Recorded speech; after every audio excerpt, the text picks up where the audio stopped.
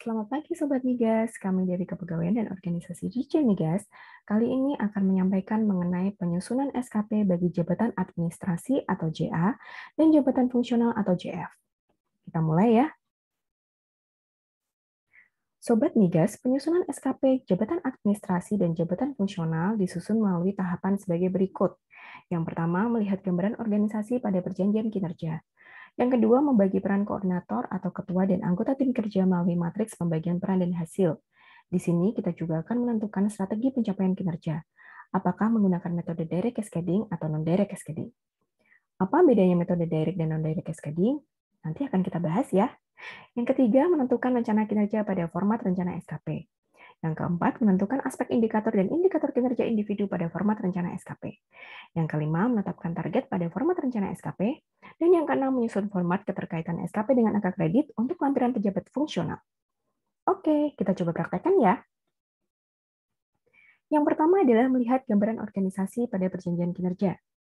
Sebagai contoh adalah perjanjian kinerja Sekretaris Direktorat Jenderal Minyak dan Gas Bumi tahun anggaran 2021. Kita lihat di sini ada sasaran kegiatan, indikator, target, dan juga satuannya. Dari perjanjian kinerja ini, kita akan membuat matriks peran hasil dari eselon 2 ke kelompok substansi atau koordinator. Kita lihat contohnya ya Sobat Migas. Berikut adalah contoh matriks peran hasil dari ses ke koordinator. Matriks ini berisi rencana kinerja, indikator kinerja, target, ini sesuai dengan yang tadi ada di PK ya, atau perjanjian kinerja.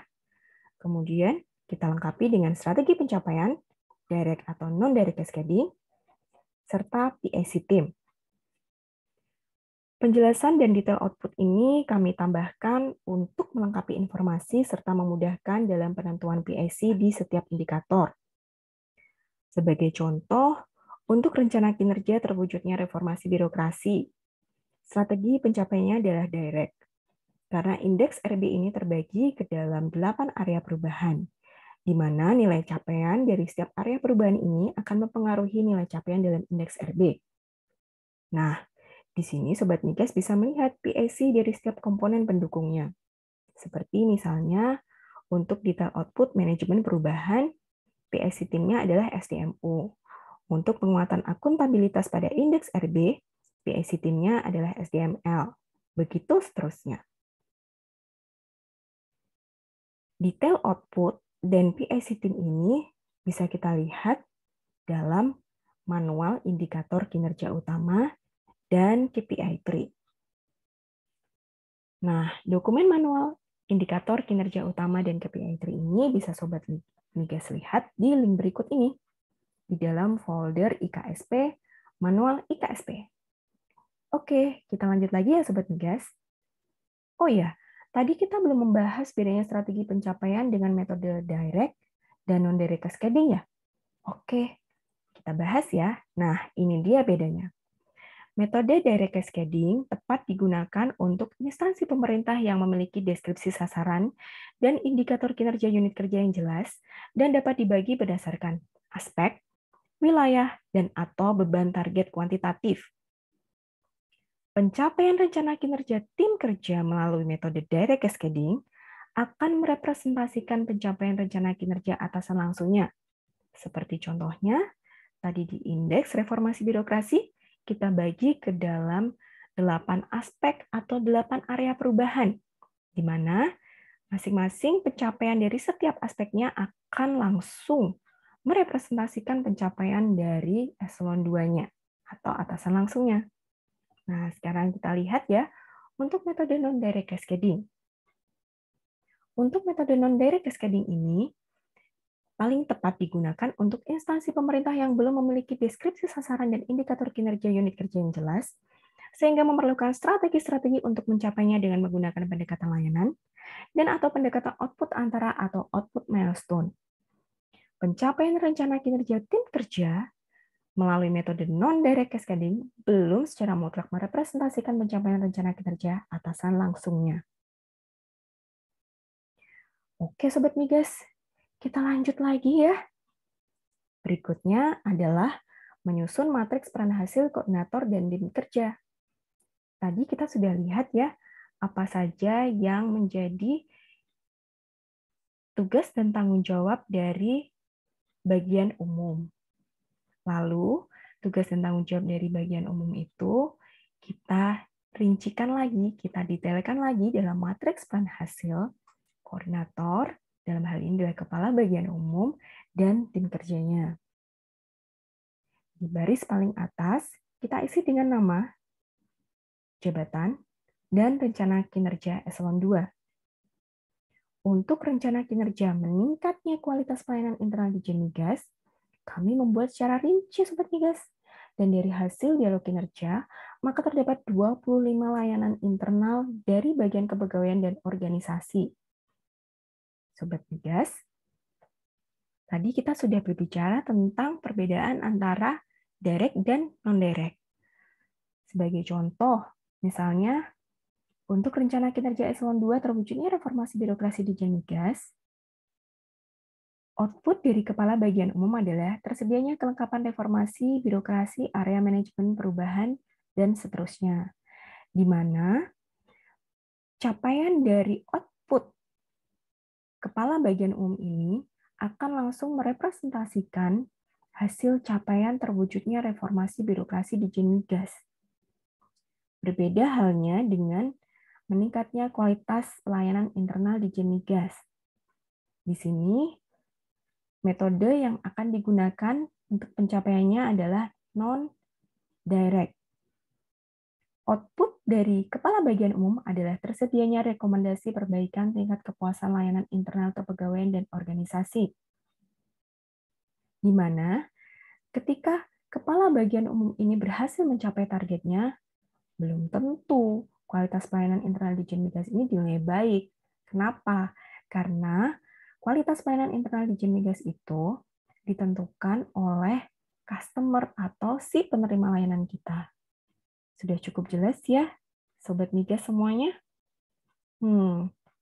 Sobat Migas, perlu kami sampaikan bahwa matriks pembagian peran dan hasil adalah sebuah tabel yang mengidentifikasi peran setiap anggota tim kerja untuk mendukung pencapaian tim kerja dan harus dinyatakan dalam bahasa pencapaian atau output atau hasil. Hal-hal yang harus diperhatikan adalah matriks pembagian peran dan hasil ini disusun melalui dialog kinerja yang melibatkan seluruh pegawai di tim kerja. Peran pegawai dalam matriks pembagian peran dan hasil ini akan menjadi rencana kinerja pegawai dalam rencana SKP. Jadi Sobat Migas, kunci dari penyusunan SKP format baru ini adalah ngobrol bareng alias dialog kinerja. Karena proses penyusunan matriks peran dan hasil ini hanya bisa dilalui melalui dialog kinerja. Yuk, kita mulai ngobrol yuk. Oke, kita lanjut lagi ya. Terus semangat Sobat Migas. Tahapan berikutnya adalah menentukan rencana kinerja pada format rencana SKP, menentukan aspek indikator dan indikator kinerja individu, serta menetapkan target pada format rencana SKP. Kita lihat contoh ya.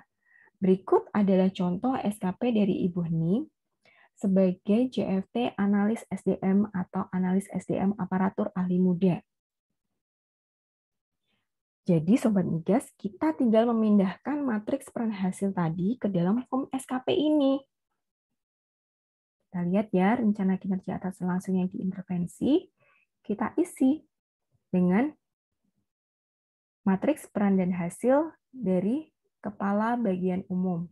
Kemudian rencana kinerja dari pegawai yang dinilai ini, kita tinggal memindahkan dari matriks peran hasil sesuai dengan peran dari pegawai yang dinilai.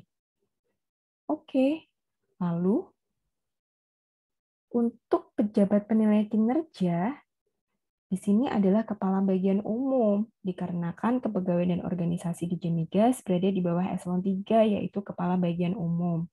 Sedangkan untuk Sobat Migas yang lain di luar bagian umum, pejabat penilai kinerjanya adalah eselon 2, karena organisasi kita sekarang sudah 2 level. Setelah kita mengisi rencana kinerja, berikutnya adalah menentukan indikator kinerja individu melalui 3 aspek berikut, kuantitas, kualitas, dan juga waktu. kita juga harus menentukan target dari setiap indikator kinerja individu itu. Nah, mungkin Sobat Migas bertanya-tanya nih, apakah harus ada ketiga aspek tersebut dalam setiap indikator kinerja kita? Yaitu harus ada aspek kuantitas, kualitas, dan juga waktu. Jawabannya adalah tidak. Indikator rencana kinerja minimal memuat satu aspek, tetapi disarankan minimal menggunakan dua aspek. Lalu bagaimana ya kalau ketiga aspek ini diisi? Itu keren banget Sobat Migas. Jadi, usahakan untuk bisa mengisi indikator kinerja individu dalam tiga aspek berikut ya, kuantitas, kualitas, dan juga waktu. Lalu, kita di sini juga melihat ada kinerja tambahan. Untuk kinerja tambahan ini, Sobat Migas juga harus ingat, kinerja tambahan juga harus ada indikator kinerja individunya, juga target berdasarkan ketiga aspek tersebut. Oke, sekarang kita sudah menuju ke tahapan yang terakhir nih Sobat Migas, yaitu menyusun format keterkaitan SKP dengan angka kredit untuk lampiran pejabat fungsional.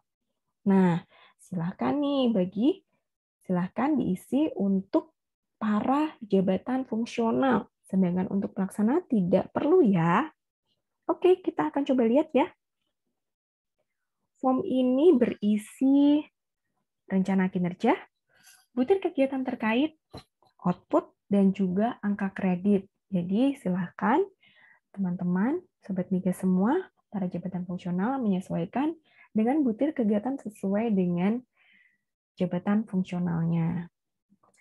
Oke, Sobat Migas semua, kita sudah selesai menyusun SKP bagi JA dan juga JF. Selamat dan semangat mencoba. Ingat ya, kuncinya adalah dialog kinerja. Jadi, Sobat Migas semua, yuk kita mulai ngobrol, kita mulai berdialog kinerja. Sekian dari kami, semoga bermanfaat. Terima kasih.